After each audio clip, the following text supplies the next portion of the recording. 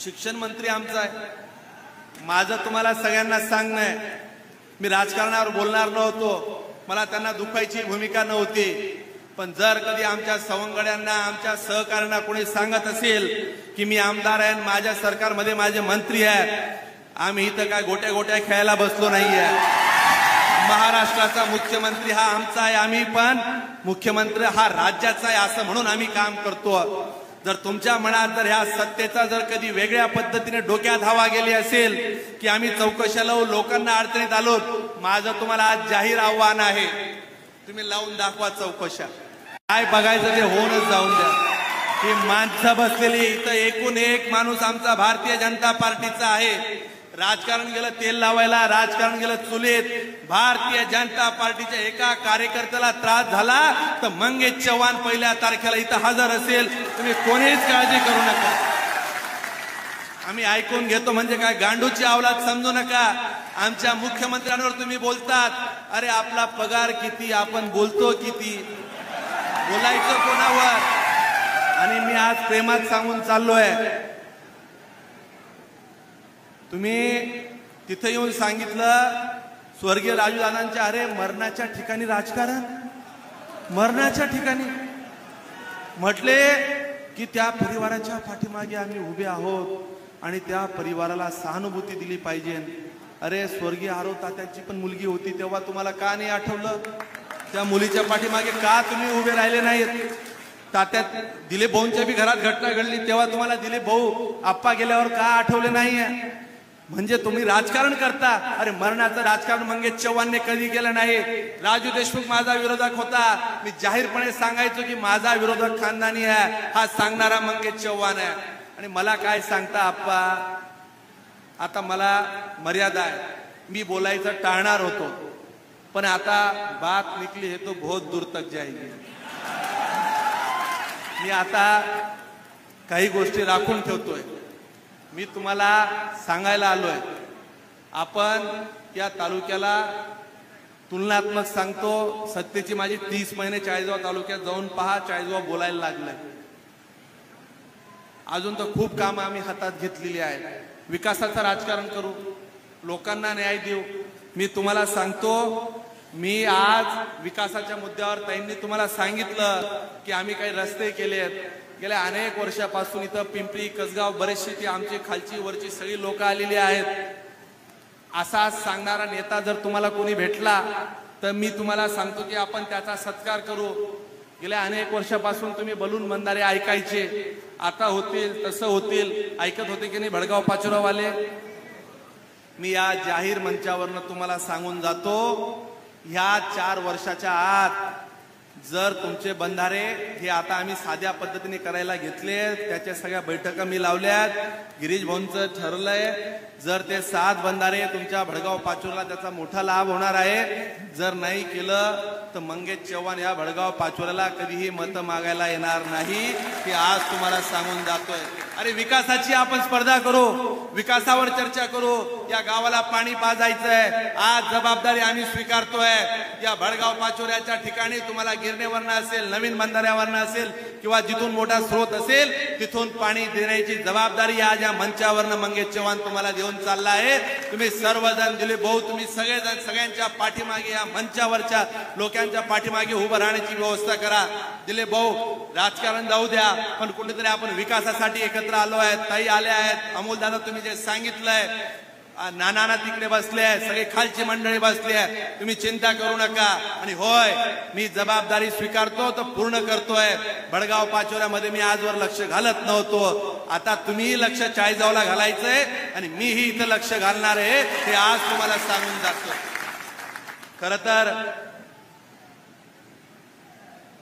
गिरणेचा पाण्याचा प्रश्न एवढ्या वर्षापासून सांगण्यात आला, एवढ्या वर्षापासून अनेक प्रश्न इथं मांडण्यात आलेत, परंतु ते अजून संपता संपेनात। मी तुम्हाला सांगतो की येणाऱ्या सार्वत्रिक या निवडणुकीच्या अनुषंगाने सगळ्या बैठकांसाठी तयारी करा। तुमच्या मनामध्ये संभ्रम ठेवू नका, ताईंचं काय चाललंय, अमोल भाऊचं काय चाललंय, दिलीप भाऊंचं काय चाललंय। आता दिलीप भाऊंच्या पक्क लक्षात येऊन गेलंय काय चाललं कसं करायचं।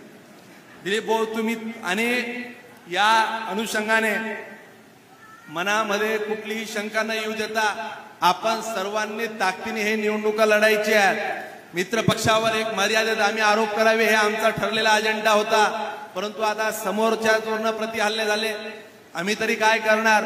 आणि आम्हाला एक स्वभाव आहे, इथपर्यंत ठीक आहे, स्थानिक तुम्ही बोलताय इथपर्यंत आम्ही सहन केलं, गिरीश भाऊन पर्यंत गेले, माझ्यावर गेले तरी चालेल। अरे राज्याच्या मुख्यमंत्र्यावर तुम्ही बोलतायत, ज्या सरकारमध्ये तुम्ही आज बसलायत त्या सरकारच्या विरोधात बोलतायत। आता मला मी तुमच्या नेत्यांविषयी कधी एक शब्द ब्र काढला नाही की दिलदार मनाचा नेता सांगणारा मी आहे की एकनाथ शिंदे हा सगळ्यांना मदत करायचा, ते आम्ही सांगतो, तुम्ही सांगता की कवडी दिली नाहीये। अरे तुमच्यामध्ये आणण्याची धमक नाही म्हणून तुमच्याकडनं पैसे आले नाही, आम्हाला कसे पैसे मिळाले? तुमच्यात धमक नसेल तर काम तरी सोडून द्यावं। आज या निवडणुकीच्या अनुषंगाने आपण जाताना सगळ्यांनी एकच संकल्प करायचा आहे की आपल्याला या पाचोरा नगर परिषदेमध्ये कमळ फुलवायचं आहे। यासाठी ताई तुम्ही सगळेजण, अमोल दादा, भाऊ, सगळ्यांनी एकत्र हातात हात घेऊन काम होणार आहे आणि तुम्ही मनातल्या सगळ्या शंका काढून टाका। मी भडगाव पाचोरामध्ये पाहिलं की ते मनामध्ये त्यांना वेगळंच काहीतरी येतं, उद्याचं कसं होईल, परवाचं कसं होईल। तुम्हाला सांगतो आजची पण व्यवस्था आम्ही केली आहे, उद्याची पण व्यवस्था केली आहे आणि परवाची पण व्यवस्था केली आहे। तुम्ही कुठल्याच व्यवस्थेची काही काळजी करू नका। आज आपण या मेळाव्यासाठी सगळीच लोक इथं मोठ्या संख्येने उपस्थित राहिलात म्हणून आपलं मनापासून आभार व्यक्त करत असताना जाताना आपण विजयाचा संकल्प आपण मनात घेऊन जावा की आपण सर्वजण हा विजय खेचून आणणार आहोत, हा विश्वास या मेळाव्यात घेऊन जावा। खरं तर या कार्यक्रमाच्या माध्यमातून आपण बऱ्याच वेळपासून थांबला आणि आता 2:15 झालेले आहेत। मी निश्चित अपेक्षा व्यक्त करतो की विरोधकांचे 12 वाजवल्याशिवाय तुम्ही स्वस्थ बसणार नाहीत। आपली अनेक वर्ष काय बाबा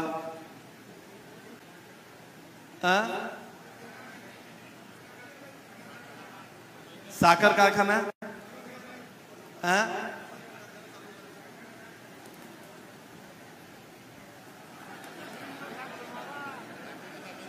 बाबा मी त्याच्यावर तुम्हाला आता बोलत नाही, त्याच्यावर सविस्तर भूमिका सांगतो।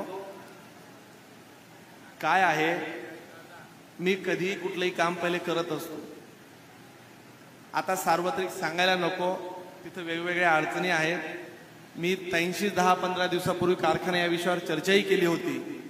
आपण त्यावेळेवर एक वेगळी भूमिका घेऊ, परंतु स्थानिक आमदारांनी त्याच्यात लक्ष घालणं अपेक्षित असतं। आपण त्याच्यावर वेगळी भूमिका, कारखान्याचा विषय तेवढाच गंभीर आहे, परंतु असे मुद्दे फक्त राजकारणासाठी काही लोक भावनिक करतात, भावनिक आणतात। मला असं वाटतं की त्यातनं काही कॉन्क्रीट सोल्युशन जर निघत असेल तर मी ते तुम्हाला देण्याचा प्रयत्न करतो। आजच्या या परिवर्तन मेळाव्यासाठी आपण एवढ्या मोठ्या संख्येने जमलात, सगळ्यांना मी पुन्हा सांगेल की तुम्ही सगळेजण कोणीही चिंता करण्याचं कारण नाही। भारतीय जनता पार्टी सारखा पहाडासारखा पक्ष हा सगळ्या तुमच्या पाठीमागे आहे, नेते नेतृत्व हे सगळे तुमच्या सोबत आहेत। त्याच्यामुळे कोण काय म्हणतं, कोण काय बोलतं, म्हणजे सध्याची परिस्थिती अशी झाली की तलाठी हा तहसीलदाराला दम द्यायला लागला। त्याचं कारण असं आहे की तलाठ्याला कमाई, एकदा असा प्रकार झाला की एकदा एक तहसीलदार एका वास्तुशांतीला जातात, तलाठ्याची ती वास्तुशांती असते, दोघं नवरा बायको जातात आणि तहसीलदाराची घरची वास्तुशांती म्हणून तिथे दोघं जातात आणि त्यांचं घर पाहतात आणि ते तलाठीचे बायको म्हणते की का हो, नाही तलाठ्याचं घर पाहायला जातात, उलट सांगितलं, तहसीलदार नवरा बायको हे तलाठ्याचं घर पाहायला जातात आणि ते घर पाहिल्यावर तहसीलदारांची बायको म्हणते की तुम्ही तलाठी कधी होणार। अशी परिस्थिती सध्या काही ठिकाणी झाली आहे। पण मला असं वाटतं की आपण जातीपातीचं राजकारण बाजूला सोडून, खरं तर मी पुन्हा तो मुद्दा सांगेल की मी आप्पांना किंवा कोणाला ताई तुम्ही सगळेच माझ्यासोबत काम करतात, माझ्या डोक्यात कधी माझ्या आयुष्यात जात आली नाही. पण आप्पांनी भडगाव म्हणजे इथं चाळीसगाव इथं काय चालतं मला माहिती नाही, पण चाळीसगावच्या लोकांच्या डोक्यात जात घातली ते माझ्यासाठी दुर्दैव आहे. ते मी माझ्या आयुष्यात कधी विसरू शकणार नाही. अरे विरोध करा, माझ्यावर बोला, काय बोलायचं बोला. अरे माझी ती समाजाची माणसं आहे, जीवाभावाची माणसं आहे. पण तुम्ही वेगळ्या मुद्द्यावर इलेक्शन नेऊ नका, आपण विकासावर इलेक्शन नेऊ. हे मी तुम्हाला आज पुन्हा सांगतो. पुन्हा एकदा या मेळाव्याच्या निमित्तानं आपला आभार व्यक्त करतो. थांबतो. धन्यवाद. जय हिंद, जय महाराष्ट्र. धन्यवाद दादा. सर्व कार्यकर्त्यांसाठी जेवणाची व्यवस्था केली, सर्वांनी जेवण केल्याशिवाय जाऊ नये व या भव्य